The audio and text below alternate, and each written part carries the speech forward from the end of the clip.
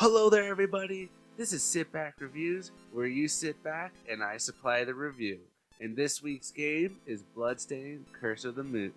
So, without further ado, cue the intro. Okay, before we start, I want to give a little background info. Now, this game is created by Koji Igarashi. I'm sorry if I butcher it. But he worked on Castlevania Symphony of the Night. You know that one game where Alucard looks really sexy? Yeah, he made that one. But he then left Konami after some time to pursue a new series called Bloodstained Ritual of the Night. And what's funny was after he raised the money to make the game, and he is producing the game while we speak, he then went to Inti Creates to make a prequel in an 8-bit setting.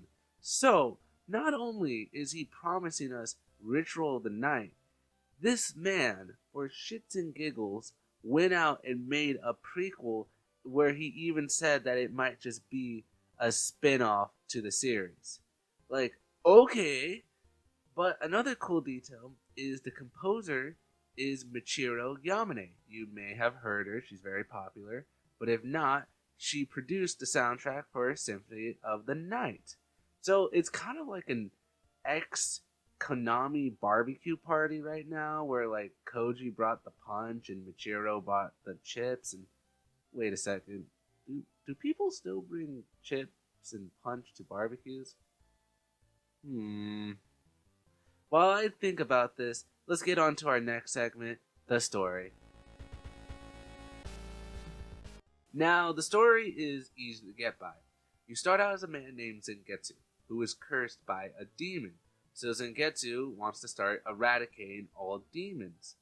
And he suddenly feels a strong force nearby, and thus begins the journey. What's cool is along the way he meets 3 new people. Miriam, Alfred, and Jebel. Or Gibal? Gibble? Who cares? Furthermore, once meeting each person, Zen is very against having them join. Now, there are multiple endings to this game, but I'm only going to talk about 3 of them. The regular, the true, and the bad ending. Just because the regular and the true work hand in hand, and the bad ending is just fun to see. So, continuing on with the story, once you get to the final boss, and you defeat her, a giant ball of darkness is hurtling towards everyone. Now, without second thought, Zangetsu jumps in the way and consumes it. Now everyone, Mega Man X on the cliff as they watch the castle and realize that they now lost a friend, but they have to save his soul, and by doing this, they have to kill him. Thus beginning the true ending, where you only play as Miriam, Alfred, and Jabal. Now, again, once you get to the end, you do an interesting final level in a very old Tokyo setting with Onis and all. And then you meet Zangetsu drinking his sake on his throne, and then he becomes this giant axe boss that's pretty badass, if I gotta say. And after defeating him, Alfred delivers the final blow, sending his soul off, as everyone mourns his death, and in a monologue on the cliff, they realize that they lost a good friend, but hopefully his soul is somewhere else. Now, there's another part of this ending that's very confusing, so if you want to skip it, this is the time, but without further ado, I'm going to keep going. And that is, once at the very end, you get this scroll up of like a Mega Man 2 intro, and Zangetsu wakes up to a futuristic city, and then that's the end.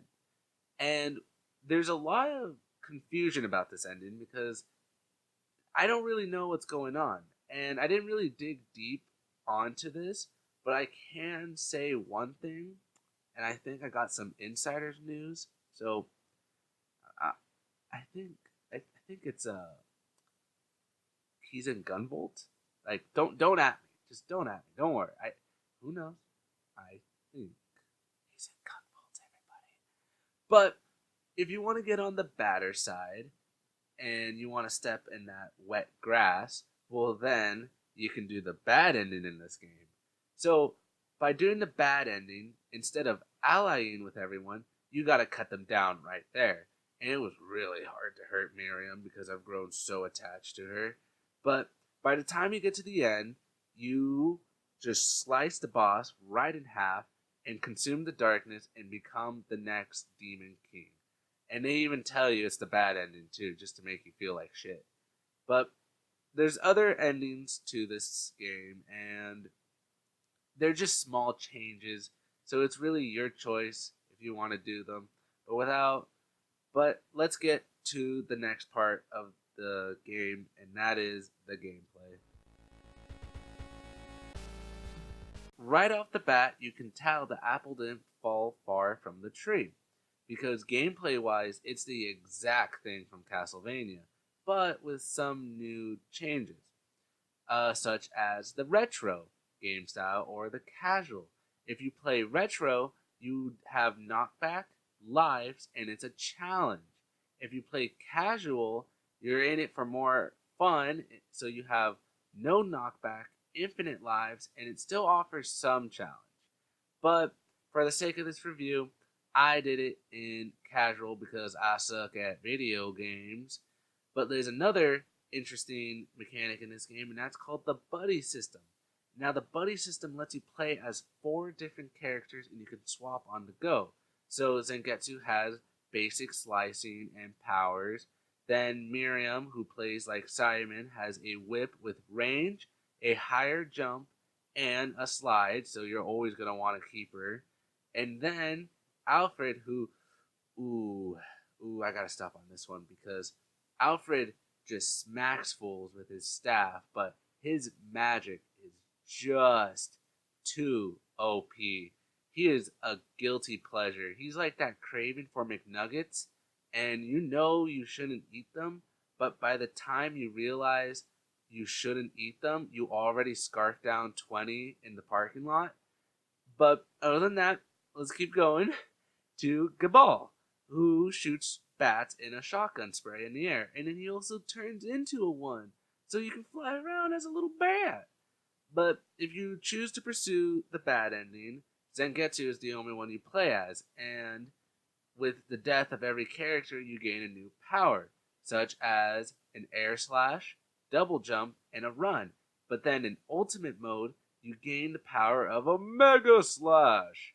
But the platforming in this game is also really solid, and there's different paths you can take to get a different type of look, but each path can be shorter or longer. Another cool aspect is the boss. The bosses have a really easy pattern to learn, and there's something different in them when you get into True, but their design is really cool. But what's really fun is the fact that each boss has this new thing where they'll give you the big old middle finger and do a last death blow. And these things give you some anxiety because they just go for it. And it's really cool because not many games have a boss that will just be like, I'm dying, I'm going to try to take him down with me. And it works. And it can get you. It can if you're not paying attention. But another mechanic in this game is called Curse of the Moon. Or what I like to call it, oopsies poopsies, I done goofed.